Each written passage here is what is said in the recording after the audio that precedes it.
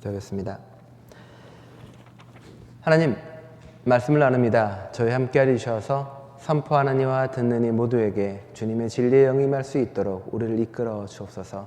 이 시간 우리의 마음속에 말씀이 들어와 우리를 변화시키고 바꾸고 평화와 위로의 길로, 깨달음과 구원의 길로 이끌 수 있도록 우리와 함께하여 주옵소서.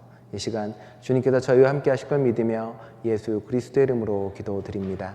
아멘. 오늘 오신 여러분들을 주님의 이름으로 환영합니다. 절기상으로 이제 저희는 사순절에 들어와 있고요. 교회력 절기로는 절기상으로 내일은 우수입니다. 우수는 겨우내 언 땅에 비가 내려서 그 언 땅을 풀어주고 언 땅에서 새로운 생명이 자라날수록 하는 절기라고 이야기합니다. 비가 새로운 생명을 움트게 하고 언 땅을 깹니다. 사순절기를 보내는 우리의 마음에도 하나님의 생명의 비가 내려와서 깨어있는 영성을, 굳어있는 마음을 좀 녹였으면 하는 바람입니다. 지난주 수요일을 시작으로 이제 사순절기가 시작이 됩니다. 제수요일로 시작이 되는 거죠. 제수요일은 오늘 우리가 제예식을 하겠지만 여기서 나오는 제는 이제 보통 그 종려주일 흔들었던 그 종려나무 가지를 태워서 제를 만들어냅니다. 그 제를 가지고 이제 예식을 하게 됩니다. 흙에서 와서 흙으로 돌아갈 우리의 삶을 온전히 기억하는 거겠죠. 유한한 우리의 삶을 기억하는 것이고, 유한한 삶 속에서 그것이 무의미하거나 혹은 저주가 아니라 그 시간 동안 우리가 온전하게 하나님의 길을 선택하고 살아갈 수 있는 도전이 되기도 하고요. 유한한 삶 속에서 무한한 무언가 욕망에 휘둘리지 않고 내려놓고 그리고 그 생명을 온전히 누릴 수 있는 축복으로서 받아들이는 절기입니다. 그래서 우리는 죄를 기억하고 죄를 이 손등이나 이마에 바르는 절기가 되기도 합니다. 유한한 우리의 삶을 기억한다는 것은 또다시 바꾸어 말하면 이 세상의 모든 것들 또한 유한하다는 것에 대한 기억입니다. 내 옆에 있는 사람들이 유한한 존재이고, 그리고 내가 함께하는 그 모든 생명들이 유한하다는 것은 그들을 우리가 충분히 사랑하고 함께하다는 마음이 당연히 드는 이야기이기도 하죠. 그래서 우리는 사순절 기간 동안 좀 더 깊은 영성으로 나아가려고 애쓰고 노력합니다. 사순절 기간을 40일로 정한 여러 가지 까닭도 있습니다만 아마 그 중에서도 가장 와닿는 것은 예수님의 40일간의 광야 생활입니다. 그래서 보통 40일로 잡니다. 예수님은 자신의 공생애를 시작하기 전에 세례를 받고 광야로 나갑니다. 그리고 오늘 예배 때 읽어드렸던 말, 예배 전에 예배 부름으로 읽었던 말씀처럼 예수님은 그곳에서 수많은 삶에 대한 고민과 그리고 삶에 대해서 씨름하고 나눕니다. 자신이 어디로 가야 될지, 무엇을 해야 될지, 구원의 길은 무엇인지. 그 시간 동안 예수님은 비로소 자신이 가야 할 길이 무엇인지 알게 됩니다. 한 러시아 화가의 작품입니다. 고뇌에 잡혀있는 예수님의 표정이 유독 눈에 들어오고요. 그리고 각질을 낀 두 손은 기도하는 것처럼, 묵상하는 것처럼 굳건한 그의 의지가 느껴지기도 합니다. 또한 상처투성이인 그 발은 앞으로 걸어가야 될 그의 길과 그리고 예수님의 앞길을 예견하는 것처럼 보여집니다. 사순절의 그 기간 동안 예수님이 씨름하고 고민했던 것, 구원의 길이 무엇인지, 내가 해야 될 길이 무엇인지 고민하는 것, 그게 어쩌면 사순절 여러분에게 던져진 고민이고 여러분이 해야 될 씨름인지도 모르겠습니다. 늘 말씀드리지만 우리가 늘 교회력 절기를 지키는 이유는 신앙을 우리의 일상으로 가져오기 위해서 그렇습니다. 일상의 모든 순간마다 고민하고 씨름하며 신앙인으로 살아가야 된다는 거겠죠. 평소에는 자기가 그리스도인이라는 것을 생각하지 않다가 일주일에 한 번 교회만 딱 와서 1시간 예배드리는 것으로 자신의 신앙이 끝이라면 사실은 그런 분은 그리스도인이라고 부를 수 없습니다. 사실은 그런 사람은 그냥 종교 행사에 참여하는 사람인 거죠. 1시간짜리 종교 행사에 참여하고 밖에서는 똑같은 삶을 살아간다면 그들은 그리스도인이 아닌 거겠죠. 신앙에는 늘 언제나 매일매일 일상의 작은 순간에서도 믿음을, 신앙을, 길을 생각하는 사람들입니다. 예수님은 어떠했을까요? 우리는 광야에서 예수님이 겪었던 시험들을 기억합니다. 그렇죠? 그 시험에는 그냥 잘했네가 아니라 여러 가지 의미가 들어있습니다. 지금 간단하게만 설명해 드릴 텐데, 처음 예수님이 받은 신앙은 뭘까요? 돌을 빵으로 바꾸라는 시험입니다. 그렇죠? 그렇죠? 예수님은 구원의 길을 고민하며 씨름을 하며 생각했습니다. 내가 모든 사람을 배불리 먹이고 경제적인 문제를 해결할 수 있다면 과연 그것이 우리를 구원으로 이끌 수 있을까? 아니었다고 예수님은 고백합니다. 말씀이 필요하다고요. 경제적인 이야기를 했죠. 그 다음에 고민을 합니다. 모든 권력을 세상의 지배자가 될 터이니 고개를 숙이라는 사탄의 시험에 또한 아니라고 이야기합니다. 권력을 가져가도 해결될 수 없다고 이야기합니다. 세 번째는 이제 높은 데서 뛰어내리라 받아주겠다고 하나님의 말씀을 인용해서 이야기합니다. 종교적인 무언가를 성취하고 율법적인 무언가를 이룬다면 세상을 구원할 수 있을까라는 질문에도 아니라고 대답을 합니다. 정치와 경제와 종교. 세 가지 문제에 대해서 예수님은 씨름하고 자신의 답을 향해 나아가기 시작을 합니다. 여러분의 일상은 어떻습니까? 여러분이 믿고 있는 정치적인 것, 경제적인 것, 종교적인 모든 것에 여러분은 그리스도인이라는 것을 투영하고 고민하고 씨름하십니까? 내 마음과 내 뜻이 아니라요. 일상의 영역에서 의식주, 입고 먹고 자는 거에서 여러분은 얼마나 신앙적이십니까? 자, 입는 거 해볼까요? 입습니다. 옷을 사러 갑니다. 옛날에는 경제적 사정에 맞춰서 산다던가 내가 좋아하는 디자인에 맞춰서 산다던가 보통은 그렇게 합니다. 그리스도인은요, 저는 이렇게 고민합니다. 내가 옷을 사는 게 옳을까? 옷도 집에 많은데 이런 게 아니라 지금 이 옷이 만들어지는 과정 속에서 얼마나 많은 생태계를 해쳤을까? 혹여 이 옷이 만들어지는 과정 속에서 내가 모르는 아이들의 노동과 아이들의 착취가 이루어지지 않았을까 고민합니다. 참 쓸데없는 것 같죠? 먹을 거 놓고 이렇게 생각을 해봅니다. 와, 새우가 있는데 혹시 이 새우가 저 타일랜드 아이들의 노동이 들어있는 건 아닐까? 여기 있는 음식들이 수없이 많은 사람들의 눈물이 어려있는 게 아닐까? 제대로 대우받지 못하는 사람들이 있는 게 아닐까? 내가 집을 살 텐데 집이 내가 사는 집이 아니라 투기와 투자를 목적으로 사는 게 아닐까? 내가 가지고 있는 이 집이 나만을 위한 공간이 아니라 다른 사람을 위해서 나는 얼마나 이 공간을 내어주고 함께하는 걸까? 내가 먹는 음식이 사치하거나 혹은 굶주리거나 배고픈 사람들과 나눌 수 있는 게 아닐까? 눈빛이 어이야 우리 목사님 정말 피곤하게 산다라는 눈빛인데 그렇습니다. 그리스도를 따르는 사람들에게 이런 말 있죠. 예수를 믿으면 고난이 오고 시험이 온다. 그렇죠? 고난과 시험이 갑자기 생겨나는 게 아닙니다. 예수 믿었는데 착했던 남편이 돌변한다던가 예수 믿었는데 순했던 우리 와이프가 변한다던가 그런 게 아니라 예수를 믿다 보니까 일상의 작은 것 하나하나 전부가 다 고민하고 씨름해야 될 문제로 다가오니까요. 심지어 정치 뉴스 보고 누구 투표할까 고민할 때도 그 고민밖에 안 합니다. 누가 예수님의 말씀과 가장 같을까? 그래봐 0.0001% 정도 됩니다. 사실은. 그렇게 다른 거 고민 안 합니다. 현실적으로 뭐 될까 안 될까? 아니요. 그런 고민 안 하고 예수님이랑 무엇이 가장 같은가 고민하고 씨름합니다. 예수님은 바로 그런 고민을 한 사람이고 사순절의 기간 동안 그런 신앙이 여러분의 일상에 들어왔으면 좋겠습니다. 그래야 비로소 우리는 그리스도인입니다.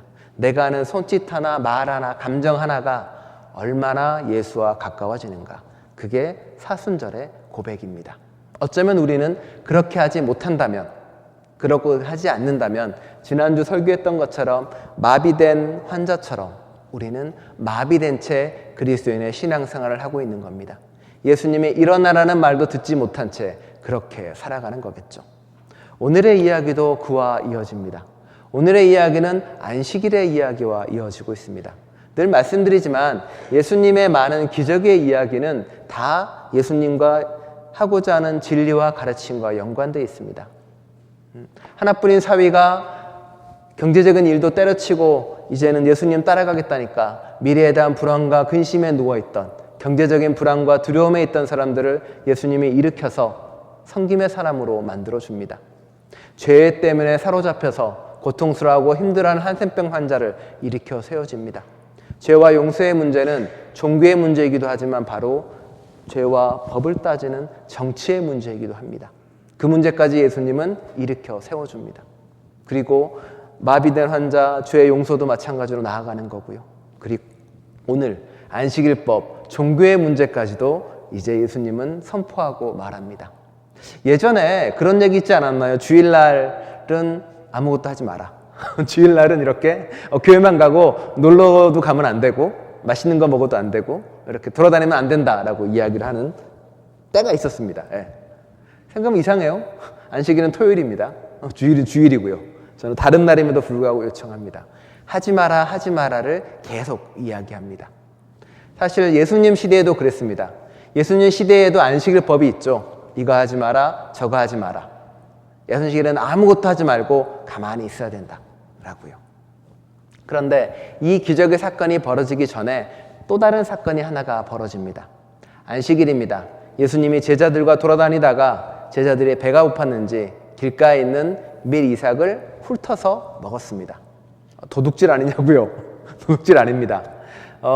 레위 율법 안에 이런 말이 있습니다. 추수를 할 때 잘못해가지고 내가 추수하다 보니까 뒤에 이삭을 남겨놨어요. 돌아가서 그걸 자를까요? 안 됩니다. 자기가 놓친 거와 바닥에 떨어진 것은 가난한 사람의 몫이고 배고픈 사람들의 몫입니다. 흩어진 나달도 마찬가지고요. 룻도 그래서 보아스의 그런 보살핌 속에서 끼니를 연명하는 거죠. 그 성서는 철저하게 가난하고 배고픈 사람에 대한 배려가 그렇게 드러나 있던 겁니다. 그러니 이삭을 훑어서 먹은 제자들이 도둑질이 아니라 크게는 안식일날의 법을 어긴 거라고 생각을 합니다. 그 논쟁이 부딪히기 시작을 한 곳에서 예수님이 기적을 베풉니다. 한 손을 못 쓰는 사람. 그 전에 베푼 기적에 비해서는 조금 약해 보이죠. 그 전에는 이렇게 한센병 환자 고쳐주고 그 전에는 마비된 환자를 고쳐줬는데 한 손 못 쓰는 사람이니까 별로 급해 보이지 않잖아요. 생각해보면 그냥 굳이 논쟁 안 하고 안식일 다음 날에 고쳐줘도 되는데 바로 그날 고쳐줍니다. 고쳐줄 때도 이렇게 이야기하는 게 앞으로 나오라고 합니다. 사람들이 수군거리는 걸 봅니다. 안식일날 고치나 안 고치나 보자고. 그런데 예수님이 이 사람에게 손을 뻗으라고 얘기할 때 이 사람 보면서 하는 게 아니라 다른 사람들, 안식일날 고치나 안 고치자 보는 그 사람들을 보고 속 터져 하면서 이 사람을 고쳐줍니다. 결국은 고쳐주고자 하는 사람은 지금 한 손 마비된 그분들이 아니라 마음이 닫혀있고 율법에 매여있는 저 사람들의 마음입니다. 사실은 그 사람들이 한 손 마비된 사람들이고 못 쓰는 사람들입니다. 율법에 묶여가지고 율법이 이라니까 나 이거 못하겠다. 법이 이라니까 나 못하겠다. 사실 그럴까요? 아니면 그 안에 그냥 핑계일까요? 하나님의 율법은 하지 말라는 말로 가득 차 있는 것처럼 보입니다. 하지만 언제 제가 십계명 할 때 말씀드리겠지만 하지만 그 이면에는 사실은 가장 중요한 것은 사랑하는 게 가장 근본에 있습니다. 미워하지 않는 게 쉬울까요? 사랑하는 게 쉬울까요? 미워하지 않는 게 더 쉽습니다. 뭔가를 실천하고 하는 게 훨씬 더 어려운 거죠. 손 굽은 채 사는 것보다 피는 게 더 어려운 겁니다. 예수님은 그 얘기를 하고 싶습니다. 율법에 묶여있는 사람들, 법과 제도, 정치, 사회, 경제 이 모든 것들에 묶여서 신앙생활을 제대로 하지 못하는 사람들에게 이야기하고 있습니다. 그 손을 펼쳐라라고요. 우리는 어떤 손에 묶여있나요? 여러분은 어떤 손에 이렇게 묶여있습니까? 그런 마음이 있습니다. 나는 배울 만큼 배웠고 나이 들 만큼 들었으니까 대접받아야지. 그 마음이 다른 사람을 섬기는 손을 펼치지 못하게 합니다. 다른 사람의 옳다는 마음을 펼치지 못하게 합니다. 내 감정과 자존심이 상했어요. 또 이만큼 굽혀 있습니다. 그러니 내 감정과 마음이 상했으니 이해와 용서의 손을 펼치지 못합니다. 나는 남자인데 나도 할 만큼 살았는데 가부장과 그런 잘못된 마음이 여성들을 인정하고 받아들이는 마음을 못하게 합니다. 나 신앙생활 이만큼 했고 교회생활 이만큼 했는데 나 왜 대우 안 해주지? 인정받고 싶고 섬김받고 싶은 마음이 낮아지는 마음과 교만을 내려놓는 손을 펼치지 못하게 합니다. 우리는 다 그렇게 어딘가가 굽어져 있고 사용하지 못하고 하지 못합니다. 사순절 기간 동안 그걸 찾았으면 좋겠습니다. 내가 펼치지 못하고 있는 손이 무엇인지 그런 우리에게 예수님이 명령하십니다. 그 손을 쭉 펴라. 펴서 이웃을 닦고 내 옆에 있는 사람에게 닦고 교회에게 닦고 하나님께 닦고 그래야 우리는 비로소 안식일의 주인이다라고 얘기를 듣습니다. 예수님은 이 지난에서 밀밭을 훑어먹으면서 거기에 비판하는 사람들에게 이야기합니다. 인자가 안식일의 주인이다. 사람이 안식일의 주인이다. 우리가 안식일의 주인이다. 안식일은 하나님께서 제정하실 때 모든 사람들이 쉬고 생명을 회복하는 날입니다. 사람만 쉬는 게 아니라 희년 같은 경우에는 모든 동물과 생명까지 다 쉬게 만드는 게 안식일의 의미입니다. 바꿔 말하면 모든 생명을 활짝 피게 하는 게 바로 그렇다는 겁니다. 그리고 사람이 안식일의 주인이라는 것은, 우리가 안식일의 주인이라는 것은 법에 얽매이지 말고 누군가의 생명을 살리는데 손을 쭉 뻗으라는 겁니다. 사순절 기간 동안 저 여러분들이 우리가 한 손이 불편한 사람이라는 것을, 우리가 어쩌면 한 손을 사용하지 못하는 사람이라는 것을 깨달았으면 좋겠습니다. 그리고 그것이 무엇인지 알 때 여러분은 비로소 손을 쭉 펴라는 예수님의 말씀에 손을 쭉 피며 응답할 수 있을 겁니다. 불편하잖아요, 사실은. 네, 그죠? 쭉 펴고 여러분의 사랑을, 섬김을, 이해를, 평화를 펼치는 저와 여러분 될 수 있기를 간절히 축원합니다. 기도하겠습니다. 하나님, 주님께서는 한석손을 못 쓰는 사람을 고쳐주십니다. 그리고 그 기적을 통해 우리에게 알려줍니다. 바로 우리가 한쪽 손을 쓰지 못하는 사람이라고. 나의 아집과 고집 때문에, 내 자존심 때문에, 내 상처 때문에, 나 잘났다라는 그 마음으로, 나의 교만 때문에 그렇게 하지 못한다고. 주님, 손을 쭉 펴고 나아가겠습니다. 손을 쭉 펴고 다른 이에게 닿겠습니다. 늘 여러 가지 걱정과 불안으로 일상을 주님의 말씀대로 살지 못합니다. 이제 하루하루를 안식일로 새기며 살아가겠습니다. 일상의 모든 순간마다 정치, 경제, 종교 그 모든 영역에서 하나님의 삶을 고민하며 살아가는 저희가 되겠습니다. 그런 사순절 될 수 있도록 저희와 함께하여 주옵소서. 예수 그리스도의 이름으로 기도드립니다. 아멘.